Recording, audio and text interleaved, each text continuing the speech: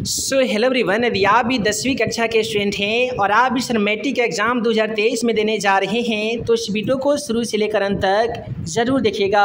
इस वीडियो में हम आप सभी को बताने जा रहे हैं 10वीं कक्षा के साइंस का ऐसा इम्पोर्टेंट VVI सबेटी क्वेश्चन जो कि आपके मैट्रिक बोर्ड परीक्षा में 100% पूछे जा सकते हैं। तो चलिए फ्रेंड्स, बिना समय गवाए पहला क्वेश्चन का आंसर देख लेते हैं। दोस्तों, जैसा कि आप सभी मोबाइल स्क्रीन पे आज का पहला सवाल क्वेश्चन नंबर 1 को देख पा रहे हैं। पहला सवाल कहता है पोषण किसे कहते हैं, ये कितने प्रकार के होते हैं। मैट्रिक एग्जाम पेपर में ऐसा सवाल 2 नंबर में पूछे जाते हैं।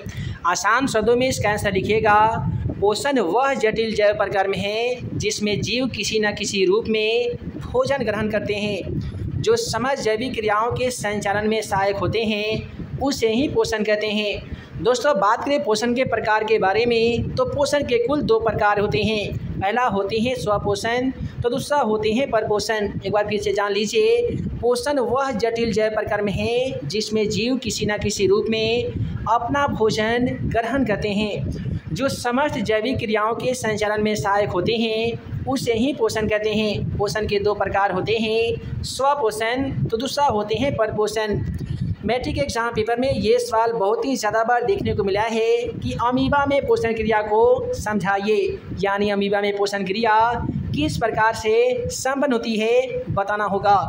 आसान शब्दों में लिखिएगा, अमीबा एक कोशिकीय जीव है जो कूटपाद के द्वारा भोजन को घेर कर खाद्य धानी में ले जाता है। सबसे पहले आप लोगों ने जाना कि अमीबा एक कोशिकीय जीव होता है। जी हाँ दोस्तों, जिन जीवों का शरीर केवल एक कोशिकाओं से बना होता है उसे हम लोग एक कोशिकीय जीव कहते हैं। वहीं पे जिन जीवों का शरीर एक नहीं बल्कि अनेक कोशिकाओं के मिलने से बना होता है उसे हम लोग बहुकोशिकीय जीव कहते हैं। तो अमीबा एक कोशिकीय जीव है जो कूटपाद के द्वारा भोजन को पकड़ता है और भोजन को घेर करके खाद्य धानी में ले जाता है।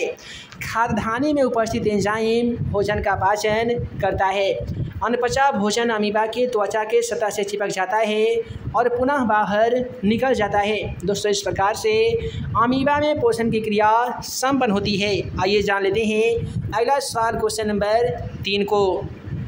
दोस्तों, क्वेश्चन 3 कहता है प्रकाश संश्लेषण क्या है, इसके आवश्यक पदार्थों को लिखिए। आसान शब्दों में लिखिएगा कि सभी हरे पादप सूर्य के प्रकाश की उपस्थिति में वायुमंडल से CO2 ग्रहण करते हैं, यानी कार्बन डाइऑक्साइड ग्रहण करते हैं, तथा पत्तियों में उपस्थित क्लोरोफिल की सहायता से सूर्य के विकिरण ऊर्जा को रासायनिक ऊर्जा में बदल देते हैं। साथ ही CO2 गैस मुक्त होती है, इसे ही प्रकाश संश्लेषण कहते हैं। एक बार फिर से सुनिए कि सभी हरे पादप यानी जितने भी हरे पादप, हरे पेड़ पौधे हैं, हरे वस्तुएं हैं, वो सूर्य के प्रकाश की उपस्थिति में क्या करते हैं कि वायुमंडल से CO2 ग्रहण करते हैं, यानी कार्बन डाइऑक्साइड को अपने अंदर ग्रहण कर लेते हैं, तथा पत्तियों में उपस्थित क्लोरोफिल की सहायता से सूर्य के विकिरण ऊर्जा को रासायनिक ऊर्जा में बदल देते हैं। साथ ही CO2 गैस मुक्त होती है, उसे ही प्रकाश संश्लेषण कहते हैं। दोस्तों, याद रखिएगा, पत्तियां क्लोरोफिल के कारण ही हरा दिखाई पड़ती है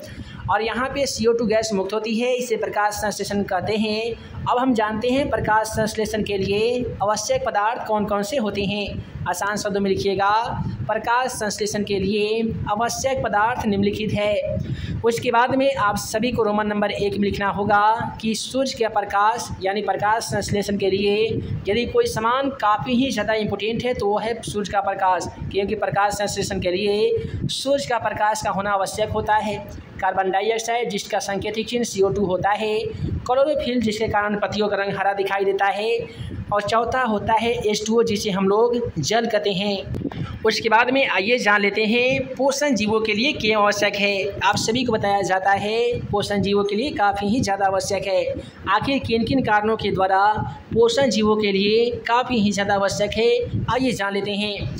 आसान शब्दों में लिखिएगा, समस्त जैविक क्रियाओं का संचालन, कोशिकाओं की टूट फूट की मरम्मत, वृद्धि एवं विकास हेतु ऊर्जा की आवश्यकता पड़ती है। यह पोषण परिक्रम द्वारा प्राप्त हमें भोजन से पूरा होता है।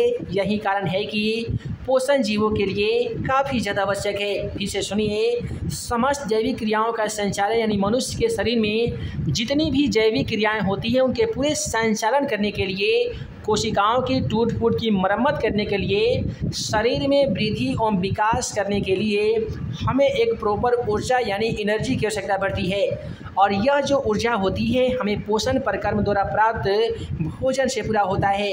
यही कारण है कि पोषण तमाम जीव जंतुओं के लिए काफ़ी ज़्यादा आवश्यक है। उसके बाद में अगला सवाल कहता है श्वसन क्या है, आइए जान लेते हैं। याद रखिएगा, श्वसन वह जटिल जैव प्रक्रम है जिसमें कार्बनिक पदार्थों का चरणबद्ध तरीके से पूर्ण ऑक्सीकरण होता है, जिसके फलस्वरूप ऊर्जा, जल और कार्बन डाइऑक्साइड बनता है। अब आइए जान लेते हैं पोषण के प्रकार के बारे में। दोस्तों, पोषण के 2 प्रकार होते हैं। पहले होते हैं वायवीय श्वसन, जिसे हम लोग अक्षय श्वसन कहते हैं। दूसरा होते हैं अवायवीय श्वसन, जिसे हम लोग अनाक्षय श्वसन कहते हैं। काफ़ी सिंपल होता है श्वसन का आंसर देना। लेकिन श्वसन एक ऐसा जटिल जैव प्रक्रम है जिसमें कार्बनिक पदार्थों का चरणबद्ध तरीके से यानी काफ़ी ही बारीकी तरीके से इसका पूर्ण ऑक्सीकरण होता है, जिसके फलस्वरूप क्या होता है कि ऊर्जा, जल और कार्बन डाइऑक्साइड बनता है। दोस्तों, पोषण के 2 प्रकार होते हैं। पहला होते हैं अवायवीय श्वसन, जिसे हम लोग अनाक्षय श्वसन के नाम से जानते हैं। उसके बाद में होते हैं वायवीय श्वसन, जिसे हम लोग ऑक्सीय श्वसन के नाम से जानते हैं। अगला सवाल कहता है अवायवीय श्वसन और वायवीय श्वसन में अंतर स्पष्ट कीजिए। दोस्तों, याद रखिएगा कि अवायवीय श्वसन और वायवीय श्वसन में मुख्य अंतर निम्नलिखित है। अब आइए जान लेते हैं अंतर के बारे में।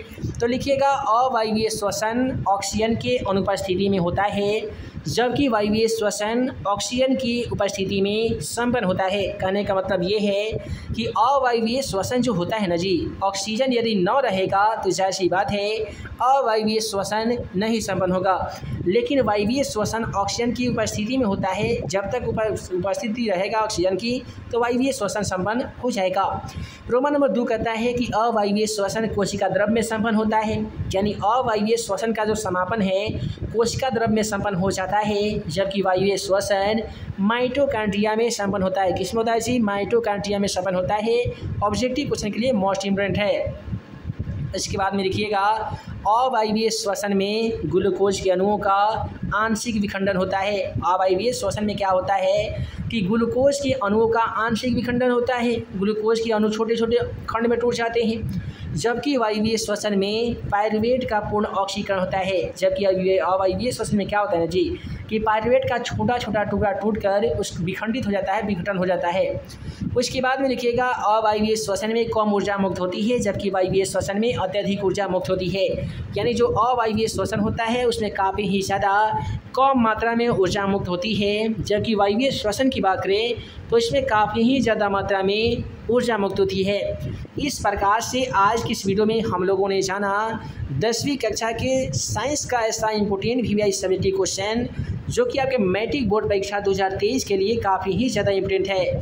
आशा करते हैं कि आज का वीडियो आप सभी को पसंद आया हो तो वीडियो को लाइक करें, अपने दोस्तों में शेयर करें। ऐसे ही नए नए वीडियो पाने के लिए आप हमारे यूट्यूब चैनल सक्सेस जोन को सब्सक्राइब करना बिल्कुल ना भूलिएगा। तो हे दोस्तों, हम जल्द मिलेंगे अगले वीडियो में नए VVI क्वेश्चन के साथ। तब तक के लिए आप सभी को वीडियो देखने के लिए बहुत बहुत धन्यवाद।